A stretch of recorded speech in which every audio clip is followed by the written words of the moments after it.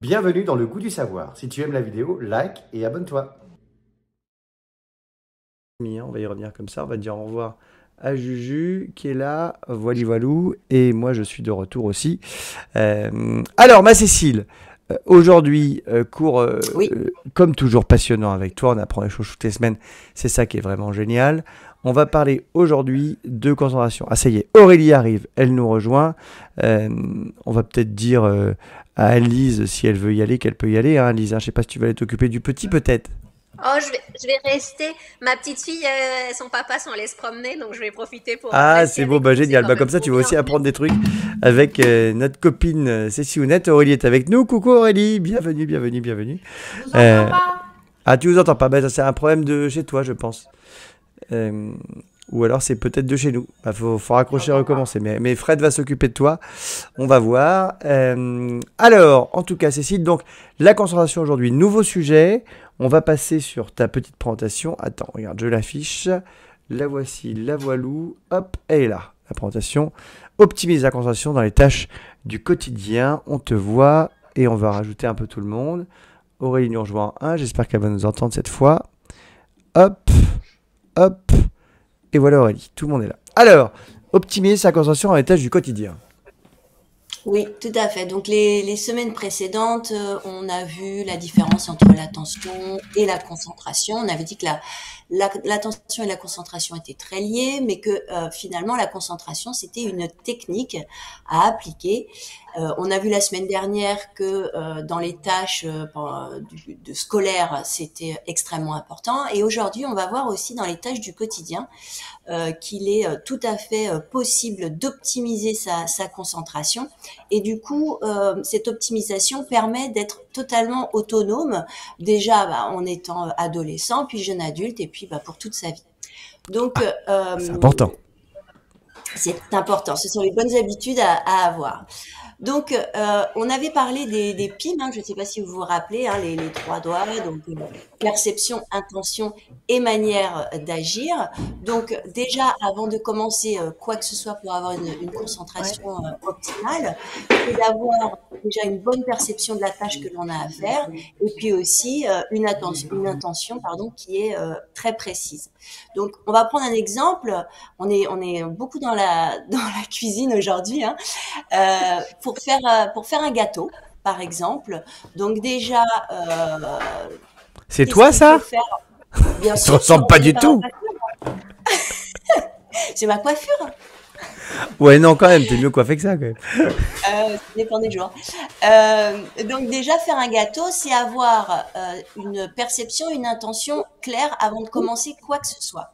Donc, quand je fais un gâteau, je fais attention à quoi? Donc, déjà, à faire un gâteau au chocolat. Donc, c'est bien, bien précis. Et quelle est mon intention? Donc, je cherche à faire quoi? À faire un gâteau qui soit réussi. D'accord? Donc, après, on peut rajouter des choses. Donc, si c'est pour une occasion particulière, par exemple un anniversaire, etc., on va pas faire n'importe quel gâteau. Il y a aussi le nombre d'invités à prendre en compte, etc. Donc tout ça, ça a un impact donc sur la perception qu'on va avoir de la tâche ainsi que l'intention. Alors, si on se réfère donc à la troisième chose, donc qui est le M comme majeur, je ne sais pas si vous vous rappelez, je vous avais parlé de ce moyen mémotechnique, hein. Oui. Donc M, c'est-à-dire la manière de faire. Eh Quand on oui. est dans une tâche complexe, la manière d'agir va pouvoir être encore partagée. Qu'est-ce que ça veut dire? Ça veut dire que une manière de faire, donc je fais attention à bien faire quoi? À prendre tous les ingrédients et les ustensiles nécessaires pour faire la préparation du gâteau, mais aussi le cuire sans brûler. Mais tout ça va pouvoir à nouveau se décomposer. Et c'est ce que nous allons voir aujourd'hui. Plus on décompose en fait la tâche en ce qu'on appelle des mini-missions, plus on est concentré et on est à coup sûr, on est sûr de réussir. Donc, ça se passe au niveau de la planification et de l'exécution. Donc, qu'est-ce que ça veut dire? Ça veut dire que moi, je vais me partager en deux. Je vais être euh, d'un côté planificateur, mais aussi exécutant. C'est-à-dire que je vais alterner deux rôles qui vont me permettre justement d'optimiser ma concentration. Alors, pour faire un gâteau, quand on est planificateur, on est en train de se poser la question d'abord de quoi vais-je avoir besoin. Donc déjà, on fait la liste des ustensiles. On n'est pas obligé de passer à l'écrit, mais on peut se faire une représentation mentale Ah bah ça, Annelise, elle déjà. fait ça tous les jours, hein. Tous les jours, c'est Voilà. ça. Qu'est-ce que j'ai dans ma recette? Qu'est-ce que j'ai comme ustensile? Annelise pourra très bien en parler, c'est-à-dire que avant de se lancer dans sa recette et de se lancer dans l'action et dans la tâche proprement dit, elle a un statut de planificateur, puisqu'elle se dit, OK, j'ai un gâteau à faire, de quoi vais-je avoir besoin? Donc déjà, elle fait la liste des ustensiles, mais aussi, elle va faire la liste des ingrédients, et puis, elle va se mettre en tête toutes les étapes par lesquelles elle devra passer pour faire la préparation de ce gâteau. Alors, qu'est-ce qui va se passer justement pour optimiser cette concentration? C'est que une fois qu'on a été planificateur, on va passer exécutant, mais tâche après tâche.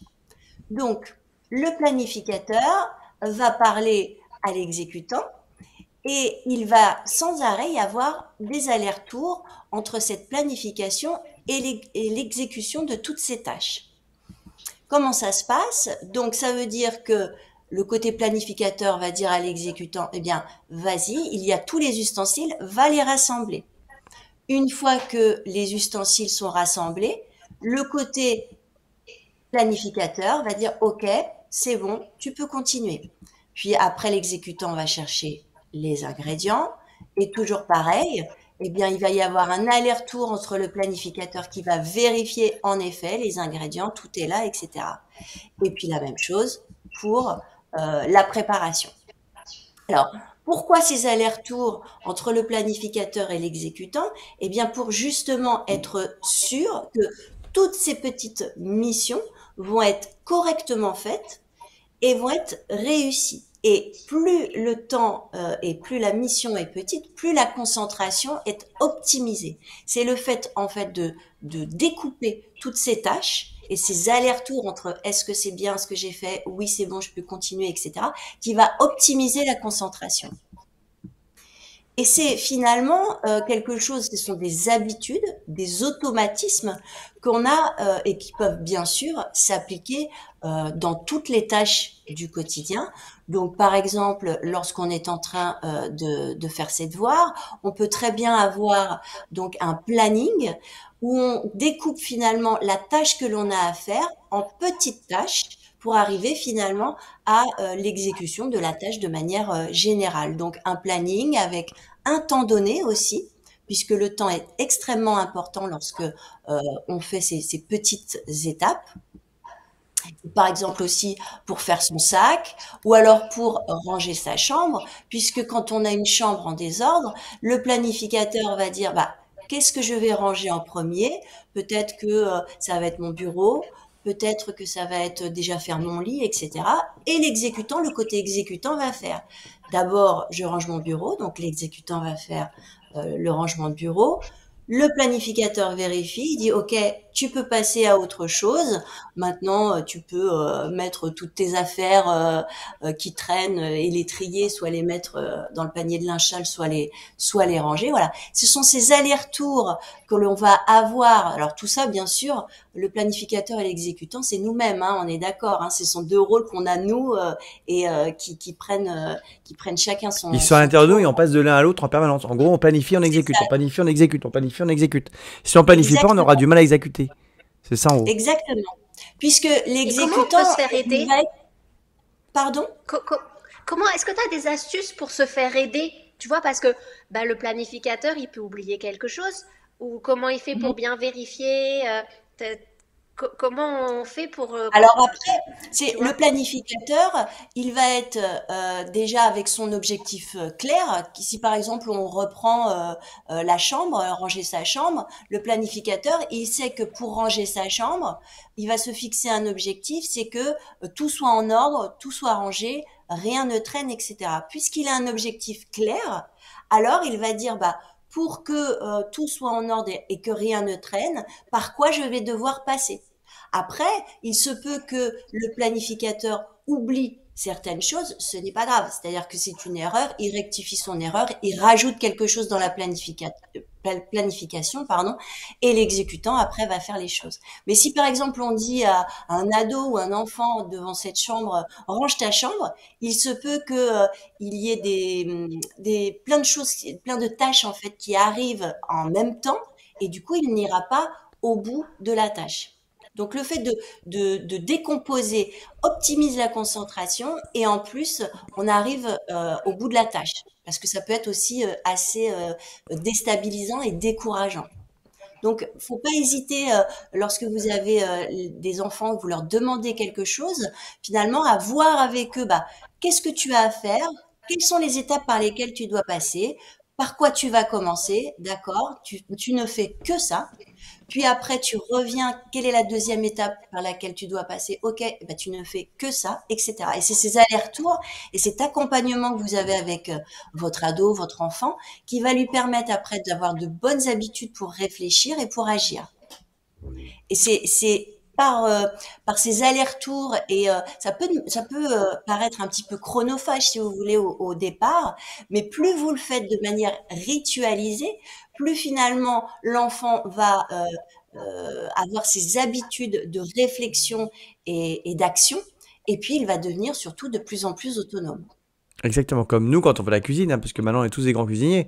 Je veux dire, Adrien fait de la cuisine, Moi, Anne-Lise je fait de crois la que c'est au niveau de cuisine. l'exécution que j'ai encore un peu de difficulté. Oui, c'est souvent le cas, mais en même temps, ça se passe. À l'arrivée, on comprend toujours. C'est ça qui est génial, mon grand. T'inquiète pas, t'es toujours formidable. Mais non, il faut planifier, Mais exécuter. oui. On a bien compris, ma Cécile. Bah, merci beaucoup, du coup. Voilà, donc des petits conseils aux parents, c'est que vous savez, il y a les deux doigts. Donc déjà, je réfléchis, perception, intention. Je découpe ma tâche en tant que planificateur. J'agis en tant qu'exécutant. Je fais tout le temps des allers-retours. Et surtout, je n'hésite pas à faire une pause et respirer entre plusieurs tâches si j'en ai besoin. Voilà, pour récupérer un petit peu d'énergie. C'est le RPEP. C'est important. C'est important. Voilà. Tiens, on a Fred qui nous rejoint. Attends, je vais voir si ça marche. On va voir si lui nous entend. Est-ce qu'il nous entend, le Fred? Est-ce qu'il est dans la green room? Je ne sais pas s'il nous entend. On va voir s'il nous entend. Et on va lui faire une petite surprise. Regardez, on va l'accueillir avec nous. Hein, et on va lui souhaiter un bon anniversaire en direct. Joyeux anniversaire, Fredo. Joyeux Ah, mon anniversaire, Fredo. Ouais, il a un bouquet de fleurs carrément, écoute. Bon, tu nous entends en tout cas, Fred, toi, t'as pas de problème. Tout va bien. Eh oui, donc, parce qu'on a un souci de connexion avec Aurélie. Mais écoute, on résout le problème. Merci, mon Fred, d'avoir été avec nous. Bon anniversaire à toi. Tu fêtes aujourd'hui, donc t'es pas grand-chose, mais tout va bien. Tu n'es pas très vieux. 28 ans.